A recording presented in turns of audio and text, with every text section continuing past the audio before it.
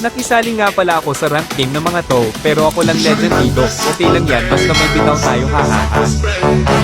Hinihintay ko nga silang mag-start at nag-start na kaming mag-RG. Nag-on mic nga pala yung mga kasama ko, sakto narinig ko ang boses nila. Bata pala ang mga kalaro ko kaya hindi ko na lang pinansin sila, report ko na lang sila pag natalo kami. Hinig ko nga yung main hero ko na si Mia, pagkatapos ko mag-pick ng hero ko hinintay ko muna ang mga kasama ko. Trial skin nga ang ginamit ko kasi wala pa akong skin, di bale na lang pag may marami tayong battle points bibili ako ng skins ni Mia. Nag-adjust na nga ako ng lane ko kaso nandun na yung Hanabi sa gold lane kaya dun muna ako sa road. Ito nga pala ang mga kasama ko na para bang mga dark system. Start na ang game kaya pumunta na agad ako sa lane ko at etong si Hanabi naman ay kasunod ko.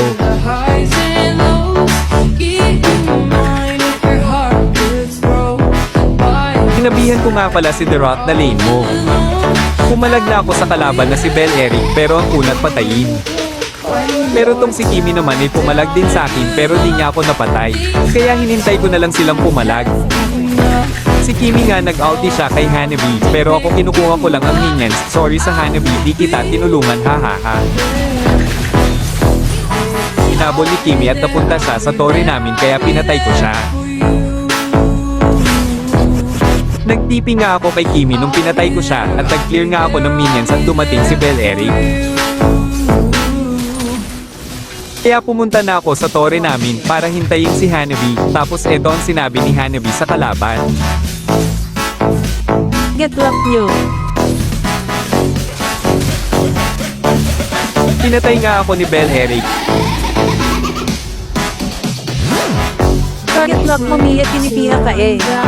Di ka ba pa-permayan yan? At eto pa ang sinabi niya sa akin. Hindi hahaha. Pinatay nga nila ako dito, kaya ang sinabi ko kay Hanabi, report all ang mamaya.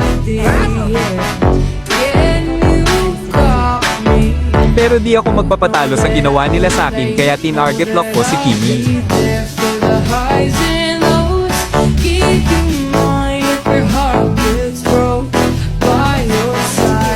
Hindi ko nga alam gagawin ko kaya nag-relax lang ako maglaro. Sinabi ko kay Hanabi na no bayan wala ka bang alak. Kaya napatawa na lang yung kalaban namin na si Kimi. Tinapatan ko nga yung Bel Eric kaso andan yung Odette nila, sayang naman.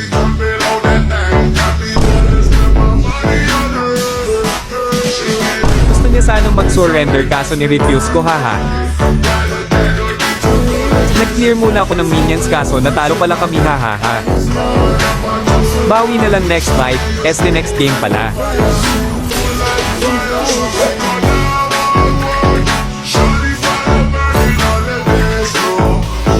Pagkatapos nga ng laro ni-report ko silang lahat hahaha.